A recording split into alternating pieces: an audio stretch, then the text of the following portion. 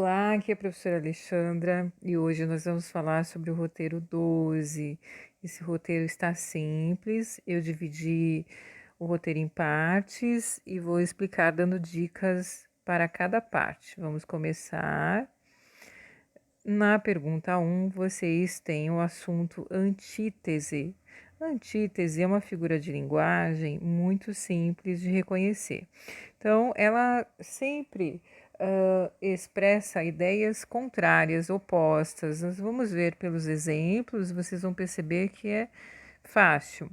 O primeiro exemplo, a relação deles era de amor e ódio. Nós temos então duas palavras que se opõem: amor e ódio, são contrárias.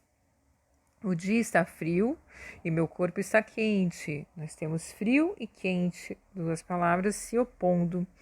A vida e a morte, duas figuras de uma mesma moeda. Vida e morte representam ideias contrárias. A tristeza e a felicidade fazem parte da vida. Então, duas ideias opostas. Todas essas frases têm antíteses, certo? Então, no exercício 1, vocês têm aqui. Copie no caderno as frases abaixo e circule as palavras ou ideias que representam antíteses. No caso aqui, nós temos bem claro, tá? Vocês vão ler as frases, não precisa copiar a frase inteira. Vocês podem colocar no caderno 1, letra A, somente as duas palavras que se opõem. Eu vou ler essa primeira frase. A sina dos médicos é conviver com a doença e a saúde. Sina é destino. Então, quais são as duas palavras que se opõem? Aí vocês vão escrever. Número 1, letra A. Só as duas palavras que se opõem, né, que formam a antítese. E assim por diante. Então, essa é a pergunta 1. Vamos para a pergunta 2. Pergunta 2 também é sobre figura de linguagem, a literação. Essa figura de linguagem, ela tem a ver com expressividade, com o som das palavras. Então, nós temos aqui dois exemplos. Chove, chuva, chove sem parar. Então, esse CH repetido, né, seguidamente, ele provoca um efeito, é um recurso expressivo. Nós chamamos de aliteração porque é a repetição das consoantes. Pois nós temos o rato roeu a roupa do rei de Roma, repetição do R.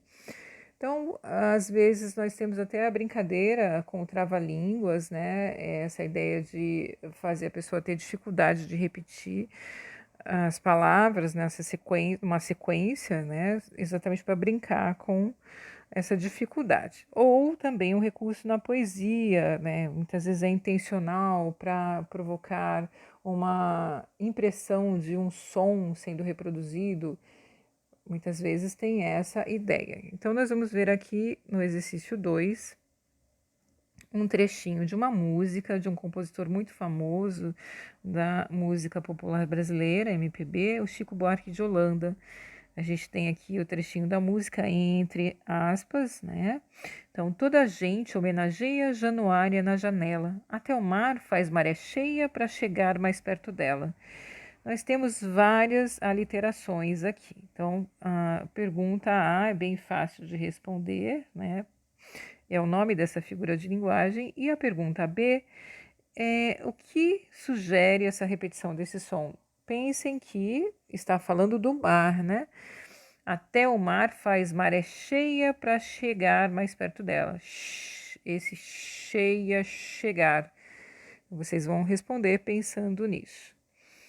Depois, nós temos a pergunta 3, é sobre fake news, que é a mesma coisa que notícias falsas. No roteiro de vocês tem um textinho explicando com mais detalhes, né, esse assunto, esse tema das fake news. Vocês vão ler com atenção para poder responder. As perguntas aqui, elas são de opinião, então não precisa copiar nada, lembrem disso, é só responder, certo? E a letra D, a letra A, B e C de opinião.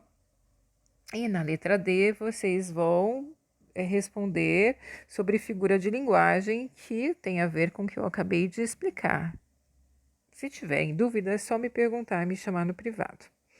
Então, agora nós vamos para a parte final, produção de texto, texto instrucional.